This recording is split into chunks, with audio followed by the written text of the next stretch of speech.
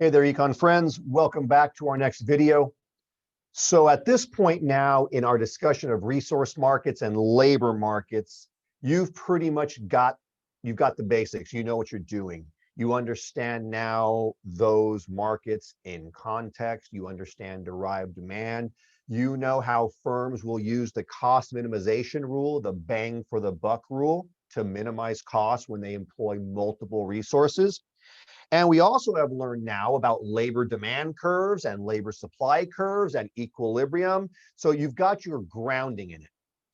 In this video, what I wanted to do was just give you a really quick extension of this to kind of talk about one of the kind of institutions that, at least in America, is present. Not super strong anymore, not as strong as it was originally, but still an important institution and an important part of labor economics.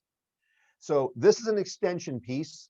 It's a way to take our current knowledge and apply it to a well-known institution in our society, and that is labor unions.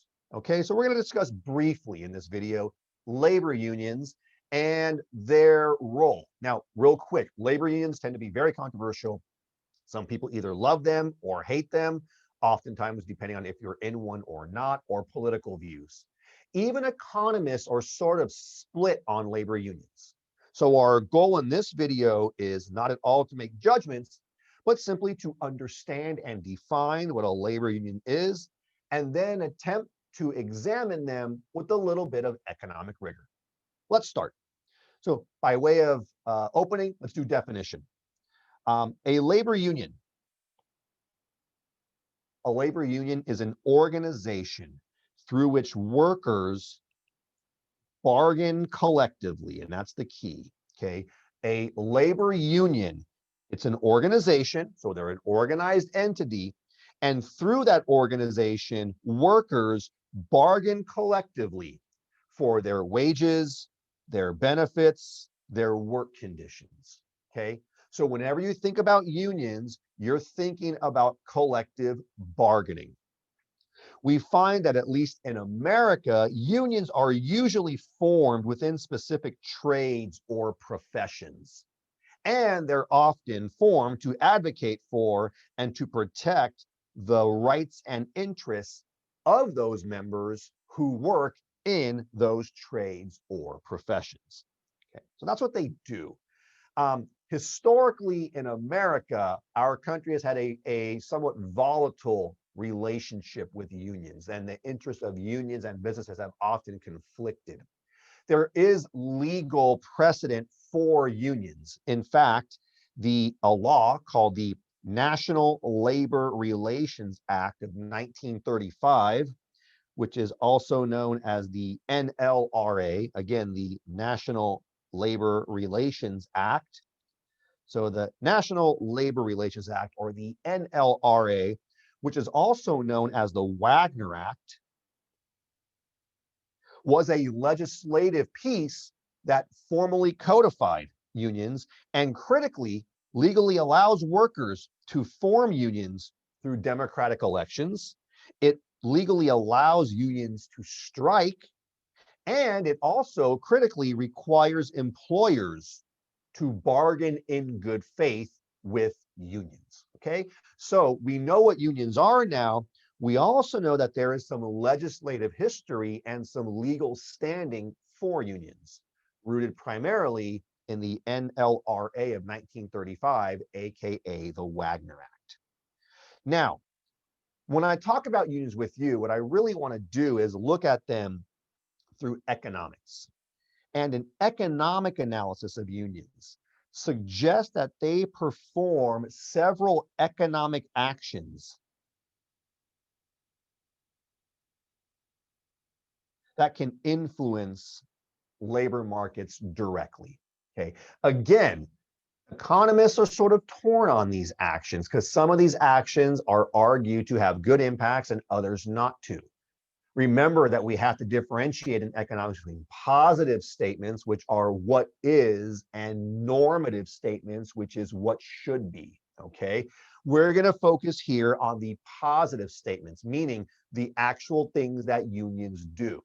I'll leave the judgment of this to you, okay? So what are some of the actions that unions can take? Well, there's many, but to highlight a couple for you to, again, start getting you to bridge and to make the connections between political entities like labor unions and their impact on economic labor markets. Number one, unions may counter the market power. Here's a new term for you, of what is known as a monopsonist employer. You can think of a monopsony as sort of the flip side, the cousin of a monopoly. A monopoly, you recall, is when there is one seller of a product. A monopsony, or what we would call a monopsonist employer. A monopsony is when there's one buyer of a product, okay? So a monopoly, one seller of a product. A monopsony, one buyer of a product. Now you're thinking, okay, Young, who gives a shit? Like, so what? Well, remember, in labor markets, firms buy, firms demand labor. So anytime you have a monopsonist situation, what it basically means is that you have only one firm buying all the labor in that area or in that industry. We find this in some industries. We also find this in particular places, we call them company towns, where, for example, there's one company that is dominant in a town. In a company town, since the monopsonist employer is the only workplace option available, what we're going to find is a monopsonist will have market power. And we know what market power can lead to: pricing control. Okay, so a monopsonist is a firm that has some power over wage rates. And the basic idea in economics is that whenever a firm has monopsony power, we typically find that wages are driven below competitive levels. Think about it again. A monopsony, sort of the flip side or the cousin to a monopoly. Monopoly is one seller. They use their market power to raise prices above the competitive level. A monopsony is a monopoly was one seller. They use their market power to sell the product at above the competitive price. A monopsony is one buyer. They're going to use their market power to drive wages below the competitive level. Okay, sorry if that was confusing for you. Okay, but the basic idea is there's going to be monopoly power. And what unions will often do is they will try to bargain collectively to be a countervailing force to the monopsony. And unions in that case will attempt to bargain collectively to counter that monopsony power and bring wages back to the competitive level. In other words, to be a force to kind of mitigate the market power of the monopsony. Number two, economists argue that unions can also at times generate productivity gains. Unions can generate productivity gains in several ways. Number one, unions can reduce worker turnover. And workers, of course, who are employed in a place for a longer period of time, they have more experience, more knowledge, more intuition about the production process, and they're more productive. Unions can also increase worker satisfaction, which keeps workers more productive. And critically, lots of unions, they sponsor training and apprenticeship and skill development programs. And we learned in previous videos that productivity and skill development is good. So economists make the case that some unions can actually increase productivity gains by keeping workers happier, by keeping workers employed longer, and critically, by sponsoring training and apprenticeship and skill programs that increase, as we would say in economic jargon, the marginal physical product, the MPP of the workers. On the other hand, unions can sometimes artificially restrict the labor supply. Okay. This is maybe not so good, but unions do oftentimes use their power to restrict the labor supply. You can already imagine what that means. If you restrict the labor supply, you're going to reduce the supply of labor, and you know that that's going to raise wages for the union members, okay? Unions do this in several ways. Unions sometimes engage in policies that just outright restrict membership by setting limits on how many people can be in. They sometimes require really high union dues to be a part, which allows people who have some liquidity and money to be a part, but other people can't. And sometimes unions will create really strict rules that dictate who can join and who can't, okay? So unions have lots of different ways by which they can artificially restrict the labor market. These actions, we would argue, are probably going to have pretty adverse consequences for both employers, the bosses, as well as prospective employees. Take a look at this. You see here a simple supply demand analysis. We're going to say that SL is the supply of labor in the market as a whole. You're going to have the equilibrium here, and of course, an equilibrium wage rate. You're going to also have this many workers hired. If unions, however, are able, through any of these ways that we discussed, and there's lots of others, to artificially restrict the labor supply, it's going to basically lead to the labor supply curve shifting to the left, which, as you can predict, will go to red for some contrast, will lead to a new equilibrium point. This is going to lead to an artificially high union wage rate. Sorry, that should not be L, that should be U, the wage for union. And critically, it's also going to artificially restrict the amount of workers working. And this is going to be bad for employers because they have to pay a higher wage rate, but also look at this gap right here. This gap between the number of workers that would have been employed and the number that are actually employed is bad. You know this triangle already. In other words, we would say that by restricting supply and therefore leading to artificially high wages and low employment levels, unions in this case can be said to create our old friend, the dead weight loss. Okay, so that's something else to consider. And finally, another potential negative, unions, I don't want to say often, unions can sometimes engage in a practice called feather bedding.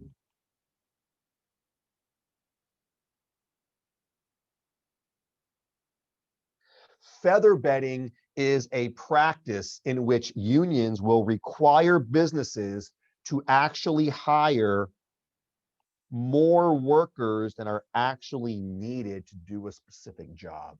Okay, so feather bedding is where unions will use their power to require businesses, to require employers, bosses, to hire more workers than are actually needed to perform a specific job. Obviously, this is going to increase cost of production, which would translate to higher prices that we have to pay for the products. And critically, this is going to reduce productivity.